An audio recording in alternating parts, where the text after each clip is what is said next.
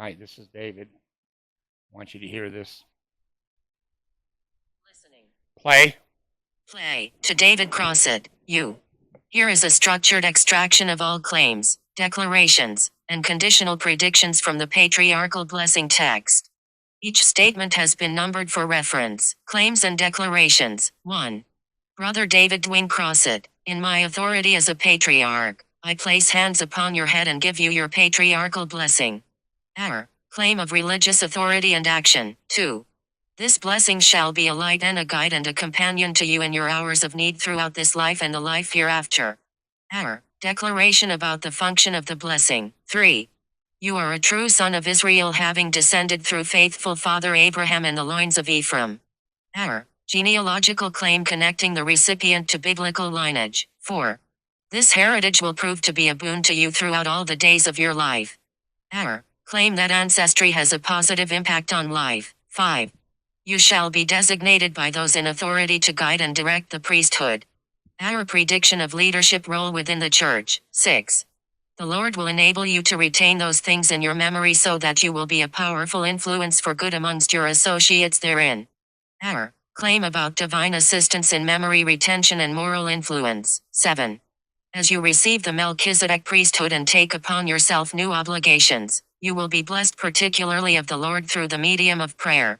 Our prediction of blessings contingent on receiving the Melchizedek priesthood. 8. The Lord will not only hear and answer you, but will do it in ways that you will personally consider as marvelous. Our claim about divine communication and its impact. 9. He will pour out his Spirit upon you. You will be entitled to inspiration, and, in those cases where necessary, to direct revelation from the Lord pertaining to your own particular needs. Our claim about spiritual gifts and revelation. 10. Remember the counsel and advice of your parents and the authorities of the church who direct your activities. Our directive statement about obedience to church authority. 11. Keep your mind and your body clean and pure, honor womanhood, and the Lord will again bless you. Our conditional promise of blessings based on moral behavior. 12. As you keep your mind and body clean from things of this world, you will be entitled to the companionship of the Holy Ghost. Our claim that moral purity grants divine companionship. 13. He will whisper promptings in your ear in such a way that you alone can hear them. Our supernatural claim about personal divine communication. 14. The Lord will bless you in carrying out the instructions that He gives to you. Our claim of divine assistance. 15. You shall grow to be a powerful influence in the kingdom of God, and an influence for good amongst your fellow men. Our prediction of future influence in the church and community. 16. Your tongue shall be loosed to testify to the beauties of the gospel, and many shall come to hear you. Our prediction of public religious speaking. 17. Amongst those who shall come to hear you, there will be those who will accept of the truths and become members of the church.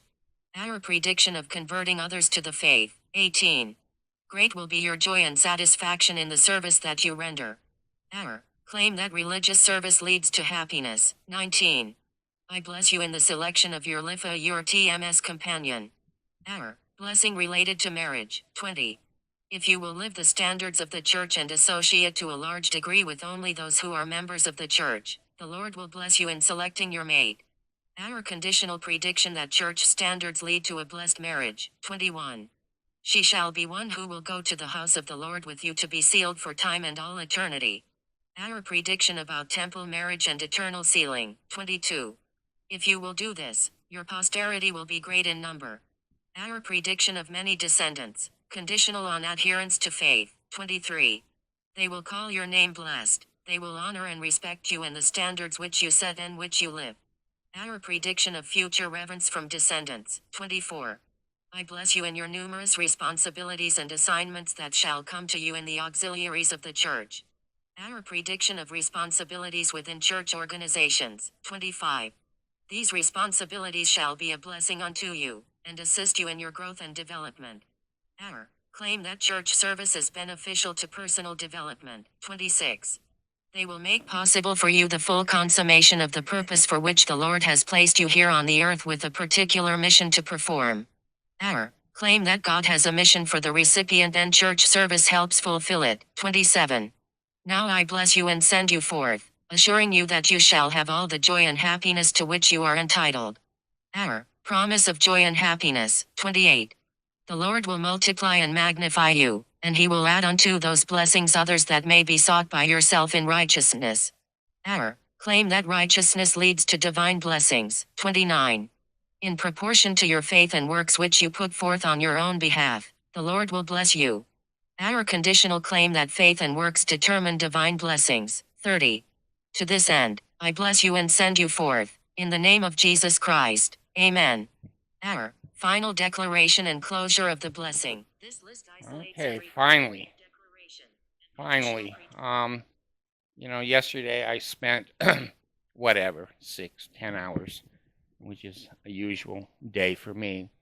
I made that recording yesterday, and I put with it, I don't know, 30 minutes, whatever, of information related to that, and then I did another video, another hour or two, and they both got erased.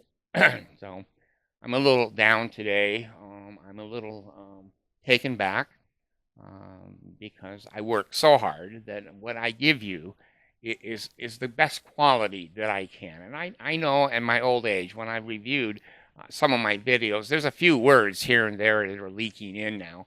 I said the other day something about a passport, and halfway through the next sentence I said temple recommend, and I go, God, you're getting old, David. Sometimes you're mixing and matching different words, so please forgive me for that.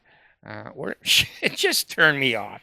I used to beg Marie Osmond to turn me on, but those days are gone too. So anyway, I wanted to get that down on record for many reasons. One is compare that to your patriarchal blessing. I've only seen one or two patriarchal blessings in my whole 77 years. One of them I saw the other day that it was terrible. It never said a word about the person, their future, whatever. And this one says, it'll be a light and a guide to me, not only in this world, but the next world, and a large posterity. Yeah, I've got 14 children. So those of you that are members of the Mormon Church still, anyway, I'm not going to call you fools. That's what my bipolar mind said. But anyway, I'm not going to say that. They're going to say, basically, see, that patriarch had authority from Jesus Christ, and he can have, trace back to Joseph Smith and John the Baptist and Peter, James, and John and the priesthood. Well, that's bullshit. That's silliness. That is just insanity. But how do you explain this kind of a blessing? And maybe you got a blessing that many, many things have come true. Well, what prohibits a patriarch or an elder or a bishop or a stake president from working with Heavenly Father and practicing prayer and the Holy Ghost and the voice, still small voice, or Jesus principles? What prohibits a man or a woman to get spiritual power? Nothing. I have another video that complements this a couple of videos ago, talking about I got my priesthood back. So let me just, capsulize what I'm saying there, is that I think this patriarch did have spiritual power. He didn't have priesthood authority. That's mental masturbation. It sounds good, but nothing's really going to happen. So anyway, that's my patriarchal blessing. And let me do this because this is important, because it's part of the lawsuit that is going on. I'm going to hold this up. I'm running two cameras now because of the screw up yesterday. Anyway, this is my patriarchal blessing, and you can see these 3 black dots on it. Okay, when you turn it over at the front, you can see 3 black dots on it. Now, in the lawsuit, the Mormon Church is going to say, "Oh, that's his old patriarchal blessing. We didn't send that to him. We've taken his name off the records of the church. He's lying, cheating, and stealing." Well, the old patriarchal blessing didn't have those black marks on it. That certainly identifies that I got that months ago.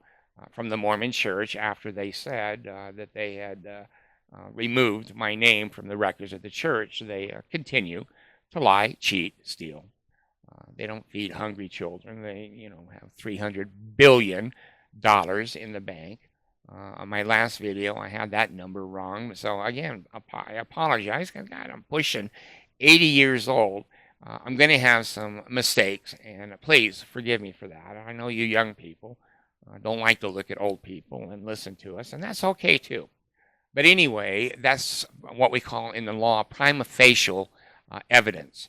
It can't be debated. It's true. There's always what we call rebuttable presumption. But this is not a presumption.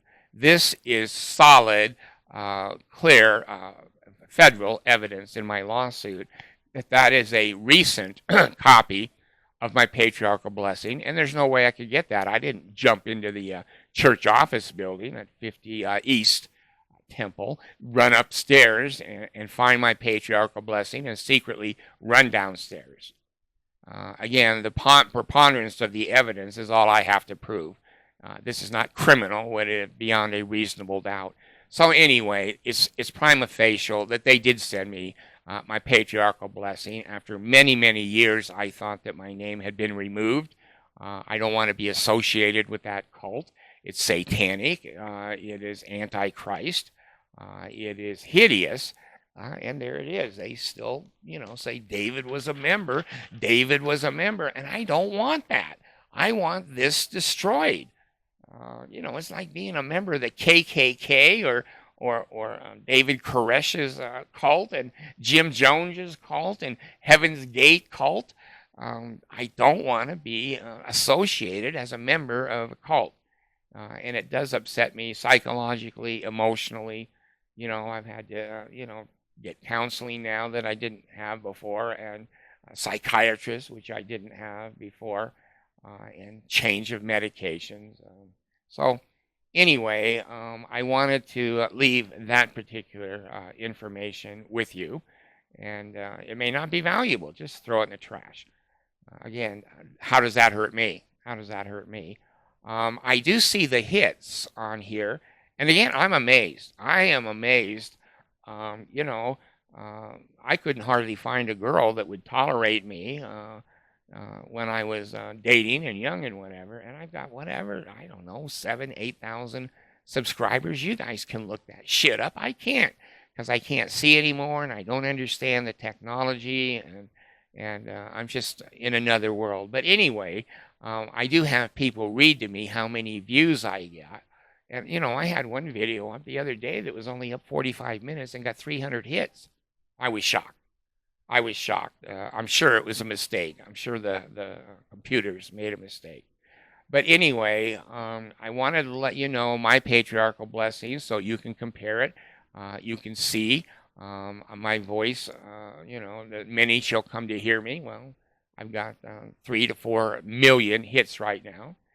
And it's growing by about 100 a month, because they say, you can leave the church, and then the regular members say, but you can't leave the church alone. That's not true. I left the church. They can't leave me alone. That's cult talk. Cult talk is usually the opposite of the truth. And again, there is no Jesus Christ in the Mormon Church. His policies, his procedures, the way he's asked us to treat each other, and the conduct, the compassion, none of that is in the Mormon Church. The top 15, Three Stooges and Laurel and Hardy, and the comical team there that call themselves prophets, seers, and revelators. They don't prophesy anything. They're not seers. They haven't seen anything. And revelators, what new revelation do we have? There's none. There's none. And so compare my patriarchal blessing. I am using it in the court. I'll basically, if the court asks for this video, I'll give it to them. I'll give it to them. And David J. Jordan, my opposing counsel, can't argue. They sent it to me in the mail. They still have my records. Now, let me just put one little tidbit today. I called David Jordan as an update on the lawsuit. He put what's called a memorandum into my motion for what's called a partial summary judgment. I said to the judge, it doesn't matter. It's a Utah court. It doesn't matter what I say. It doesn't matter what I do. I know that. But I want to do the right thing. And they can't stop me from that. They can stop me from suing the church. They can stop me from getting a judgment from the church. They can stop me from saying they're going to keep your name no matter what. You're always going to be associated with that cult. A judge has the authority to do that, and basically in this life I have to accept it. But in the next life they have to be responsible for that particular decision. So anyway, the update, David Jordan put in a large, usually memorandums have to be under 30 pages in the federal court, but the documents and the exhibits, videos, magazine articles, the exhibits can go well over the 30-page limit. So he put in, I don't remember if it was 50 or 80 words, or pages, and I think there's about 7,000 words for 17 pages. So you can estimate it, go to AI and ask. But anyway, my point is this. When a top attorney, in fact, probably the top attorney in the state of Utah, David J. Jordan, he was the Attorney General of the state of Utah for years. He's graduated from elite law schools, and I think he's the senior partner. I think it's Foley and Laurel, or you can look it up. Go to Pacer and look it up. But he ain't cheap. He ain't cheap. Now, the bozo attorneys, they're going to charge $250, $300 an hour to write up a will or to close a real estate deal, or they can't go to small claims. You can't use an attorney there, but they can advise you. But anyway, an average, ordinary, run-of-the-mill attorney in Utah will charge around $300 an hour. And when you put in a memorandum or a motion, I don't know how long it takes them. But when I do it, it can take a day and a half, and it can take a good 8 hours, maybe another 4 hours the next day. It has to be dictated. It has to be proofread. It has to meet all the current rules and the local rules of the court in Salt Lake City. And you have to have enough intelligence to know what you want to say, how you want to say it. So you need to dictate that. And a lot of attorneys, back in the old days, they used to have shorthand. I used to have secretaries. My second wife used to take dictation, very quick. But today you've got the machines, and they can go from voice to text. So I'm estimating, and I could be off. And if I am, that's okay. I certainly would apologize if somebody challenges me. But when you put in a 25 to 30 word motion or a memorandum, and you attach to it, case law from the appellate courts, you attach case law from the Supreme Court, you have the appeals status, the 10th, I said the other day stupidly on a video, the 11th Circuit Court. I don't even know there's such a thing. It's the 10th Circuit Court that slaps the judges alongside the head here in Salt Lake City for screwing up and making bad decisions. But sometimes you certainly have to have office staff. You have to have somebody who can look up the court cases, go to Lexis, go to Westlaw, go to, there's other platforms that you can go to and look up the case law, because a memorandum that's not supported by case law or appellate law or Supreme Court law is, again, mental masturbation. That's one of my favorite words now that I'm old. So anyway, I'm estimating that probably cost you guys with tithe payers and with fast offerings. They do have $300 million of your money, or 300 billion. See, I made a mistake. $300 billion. And probably, I'm going to guess that 20% of that money that they earn goes for attorney fees. These child molestation, them bullying these small towns for steeples on chapels that are, the Tower of Babel, putting lights on temples in small towns that look like a car lot.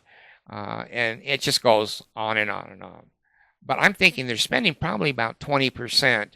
I wouldn't be surprised if the church is spending, oh gosh, now this is a wild guess. I'm shooting from the hip.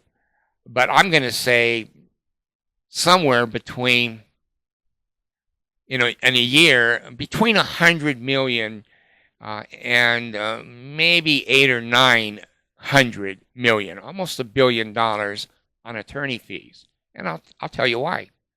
This little lawsuit that I'm doing, which is like a little pebble of sand on the beach of the Mormon church. I think David Jordan probably charged the Mormon church. I'm going to range it. It's going to be between low for the motion or the memorandum that he just put in to try to stop the partial summary judgment. Probably low end is going to be 25,000. High end might be right at 50,000. He has to have partnership. I think he's the senior partner. And again, I'm saying I think it in the law firm that he's in, and it's a private law firm that the Mormons church hired because they don't know anything about reasonable accommodation law. But I know Jeannie, she just graduated from Brigham Young University, and basically she's working now for David. And she signed on. They call it an appearance. I saw on my email from the Pacer system that David continues to be the top man. See, he's the priesthood holder. What the hell is a priest? What do you do to hold the? Is it like a baby? Can you rock as the holder of the priesthood, or can you lay the hands on your own head and go, God dang, you're going to be the prophet. You're going to be the prophet. So he hired, and she made an appearance, so she's able to file things on my case. But she doesn't come cheap. I'm sure that they're paying her. Oh, I'm guessing she was good at BYU. I think she did some of the law review there, and I think she got a couple of awards. And she's a pretty sharp gal. She's not experienced. She just passed the bar only a few months ago, so she doesn't have a lot of cases that she's done. She's done some advocacy work. She's assisted in a law firm. But this David Jensen probably is paying her. God, I'm thinking it's Utah, but in the real world, she would earn $150,000 to $200,000 even as a new attorney. And obviously, if he offers her partnership down the road or whatever, she would get a percentage of the millions of dollars that flow in. So there's two of them there that are opposing me at the moment. I won't be surprised. They may even add one or two more. In my lawsuits, they have a tendency to do that. One guy can't do it, and one gal can't do it. It usually takes a small group, 2, 3. I haven't had 4 yet. But they have to collaborate and go, God, how are we going to handle him being pro se and saying shit to the court that no attorney in his right mind can say. You got to read, some of the, in my last motion to the court, I named his dog. I have a little bit of an investigation ability, and some friends. My Cockroach Disability Law Center webpage. I'll advertise. You can go on that. Whistleblowers, if you're interested, you can be there. But anyway, on the last affidavit, or not affidavit, last motion for summary judgment, I named his dog. What was it? It's not Peppy, Popeye. I forget. But anyway, when he wrote back to the judge, he didn't say shit. He didn't say David's an ass. He thought it. He felt it. He went home and told his wife, God dang, I've got this per se guy, and he doesn't have any ethics that he has to obey. He can't be rude, or he can't. I don't have unlimited ability to write, to make fun of. There has to be a certain amount of decor. That's the right word, and association with the law. You can't just say, he was naked, and I'm not going to say it. But anyway, I have a lot more latitude. I can call them stupid. I can call them ignorant. I can call them uninformed, and I can do that to the world. Nobody else can do that. These people, especially people like David Jordan, were public officials. And you have more latitude, even with public officials. You don't have to obey ethics, per se, but you can call people who are public officials assholes, fools, idiots, and you can accuse them of all kinds of things that are false. I don't do that. I don't know that. Anything you've heard on this channel, you've never paid me a penny. I've never told you to subscribe. I don't tell you to put thumbs up, whatever the hell that is. Fingers up. I get fingers up from the Mormon Church, but thumbs up and bells to ring and notifications. And the algorithms, I've learned, are all set up for that shit. And my video gets more exposure, and I don't care. I don't give a fuck. If you're interested in truth, if you're interested in the Mormon Church, if you're interested in the lawsuits against the Mormon Church, then you come on my channel.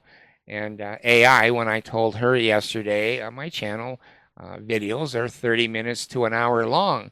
Which is very unusual. Most people will not stay with a video that long. It's more like, what was it? Not TikTok. Was TikTok the Chinese one that they banned? A lot of the young people, they want to watch something for 10 or 20 seconds, laugh their ass off, and then go buy McDonald's hamburger. Most of the people that watch my videos are over 40, and many of them pushing 50 or 60, and old members of the church. And I have a large group of females that watch. Not because I'm wonderful. Someone, I think, made fun of my legs yesterday. I don't care. I can sit here in a pair of shorts, and if my legs are showing, screw you. I don't care. I think they were trying to be cute and funny, but I got a phone call that said, David, you got a comment that you had beautiful legs. I hope that wasn't a male.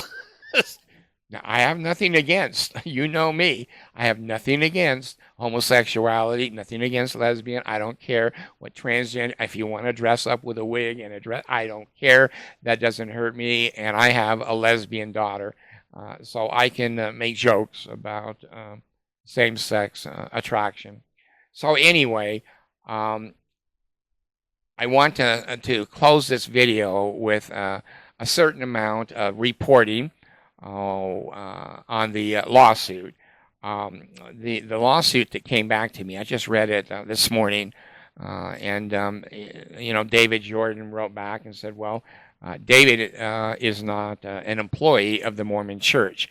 Now you've got to remember, if I'm training you, if I'm helping you, fine.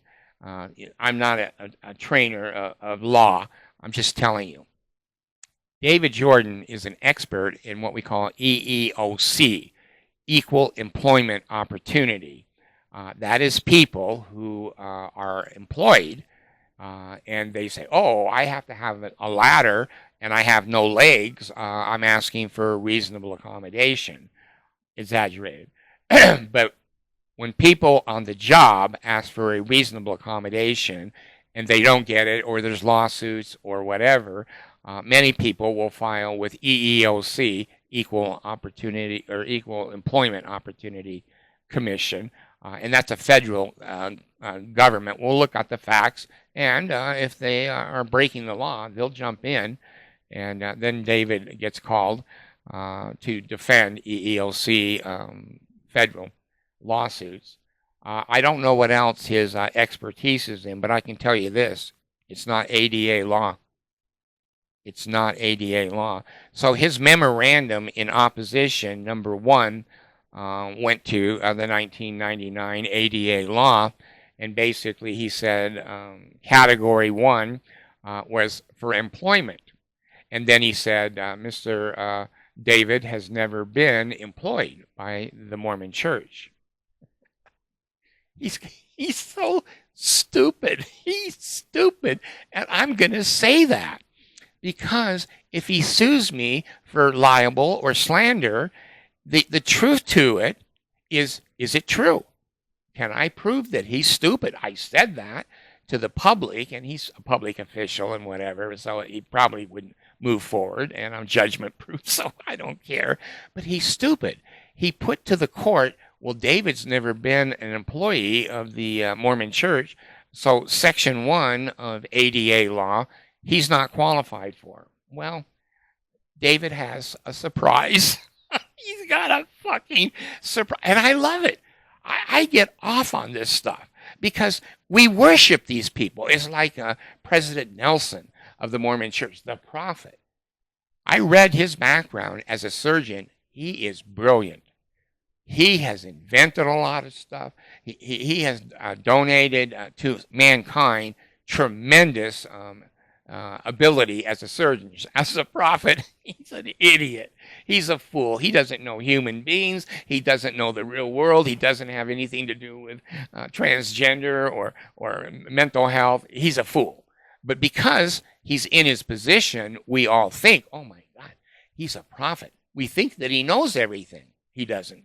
Well, David is learning. And I hate to be a teacher. My degrees from the universities are for college teaching, not law. But anyway, he has a surprise because he put an absolute lie. We call that in the law candor. When you lie to a court, you're fucked.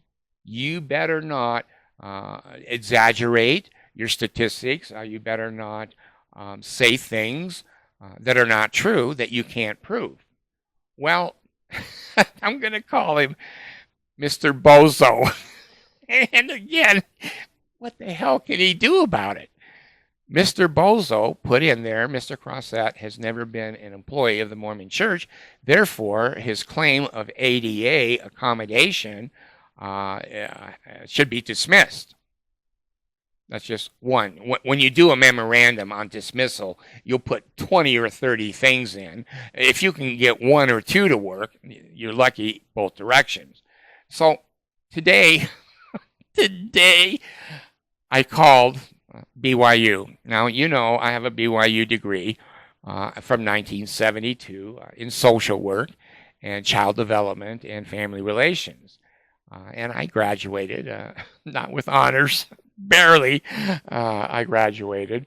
And now the church calls me every week and says, could you give us that degree back? We'll pay you $300,000 like we pay the children who are molested. If they give us confidentiality, we'll pay you $300,000. And I've said 1,000 times, I don't do that shit. Whatever comes of this, you're going to know it. And you can judge for yourself. But anyway, I have a degree from BYU in 1972. Well, what Bozo is going to find out, it's going to take me 2 or 3 days to reply because I've told you how complex it is. It's not quick and easy, but I love replying because I love to win. I don't like to crush people. I don't like to, but you know, bullies, I do. I take that back. When you're a bully, you're fucking with the wrong person. If I'm defending handicapped people, children, women, or even regular people who are schizophrenic or PTSD or from other countries, etc., I'm more than motivated. I've never been vicious. I don't threaten people, but I don't mind taking them to court and dragging them through the mud. I don't mind that at all because they deserve it. They deserve it. So anyway, getting back, I called BYU and I talked to him and I said, "Do you happen to have my transcripts there and verification that I graduated?" "Oh yeah, we have that." I said, "It's what is it? I'm 77 and I graduated what in 20, 30, 40, 50, 60, 70. So it's like a half a century that they keep my transcripts so I can order transcripts and they can verify I graduated." And I said, and if Jordan ever gets a hold of this video, if any of you have connections, and probably, the Mormon church has crawlers all through my stuff and people at the church office building that watch my videos, most of them are resigning. But I said to BYU, "Oh, by the way, when I was at BYU in 1972, I taught social dance in the Wilkinson Center for 3-4 days a week for a year." And the Church of Jesus Christ of Latter-day Saints paid me. Now, if the judge looks at Jordan's memorandum, he's going to say, because I'm going to put it in my attached preliminary, we call it a preliminary memorandum, which you're not allowed to put more than one memorandum on a motion or on whatever. There's a limit in the rules of the court, but there's a cutout of those rules. If there's new evidence or there's new critical material information, you can put another memorandum in. And he's going to shit because I've got another 30. He said, "Oh, David's trying to get 2 bites of the apple when I put 2 memorandums in." And I'm aware of that rule. And Jordan is going to take a shit when he goes, "Hey, David's not allowed to put another memorandum in on this motion." But the judge knows, because I'm going to remind the judge he has to accept a second memorandum. I shouldn't say have to. A judge has tremendous discretion in the federal courts. He doesn't have to do anything. He doesn't have to do anything. But the evidence, if I can prove that I worked at BYU and I was a church employee, how does that make David Jordan look with candor, stating to the federal court in Salt Lake City that his statement, and I'm memorizing, his statement said he is currently not an employee of the church, quote, "and never has been." He's fucked. He's fucked. I have worked for the Mormon church. I taught social dance